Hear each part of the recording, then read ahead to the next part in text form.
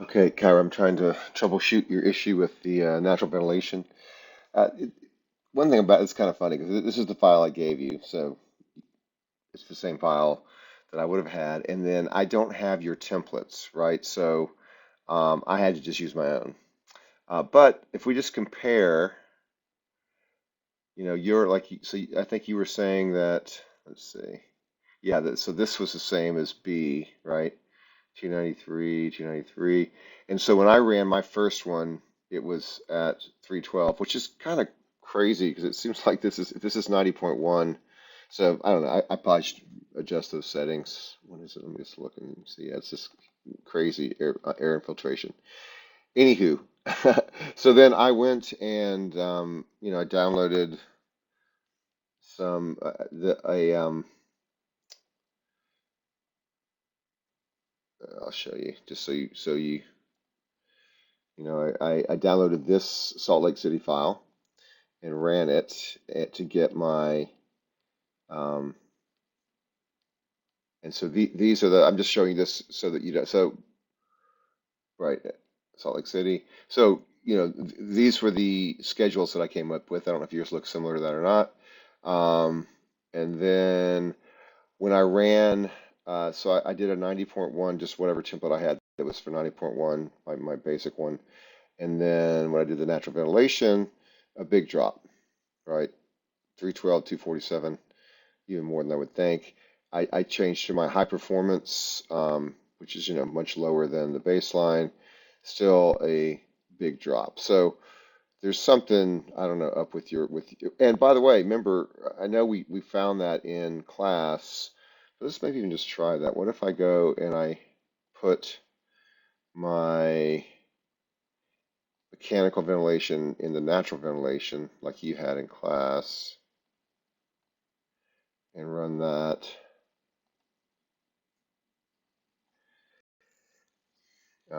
So as that's running, I know that when I did Salt Lake City with this model and using the Grasshopper script to get the schedules, I had the expected behavior. So there's something up with how you did it. I still think that it might be okay. Here we go. Let's see what it says. it's even it's even lower. So I don't get. That's interesting. So it wasn't that, like you said today. Let me go back and change it to where it was right. And maybe we'll just take a second to think this through so we understand what we're doing here. Um, so the idea, let me go back to the,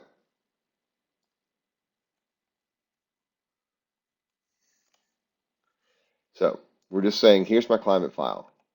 I want to find all the hours that are between 64 and 78 degrees outside. So in my climate file, this is Fahrenheit, because then when the outdoor temperature is between 64 and 78 degrees, I'm going to call that natural ventilation, and that'll be the natural ventilation schedule, meaning I'm going to have the windows open then.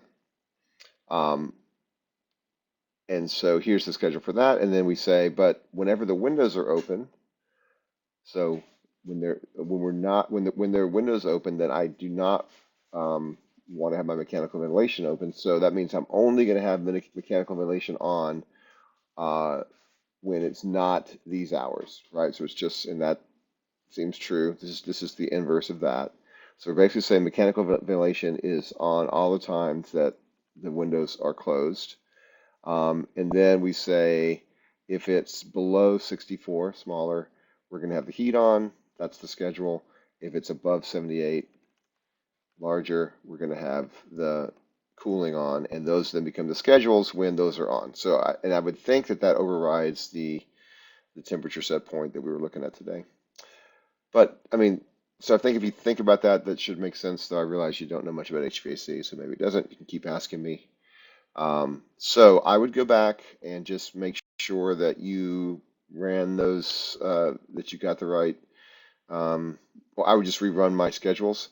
If that doesn't work, then you can share with me. I don't know if you were watching today when I was talking to other people about this, but you can export your um, your user library to and give it to me, and then in there I should have your um, whatever schedules you make, and I'll also have your templates so that I could just use whatever you tell me to use, and we could try it that way. But again, I just think that my guess is there's just some little mistake that you made. All right, let me know if I can help you with that if that isn't clear.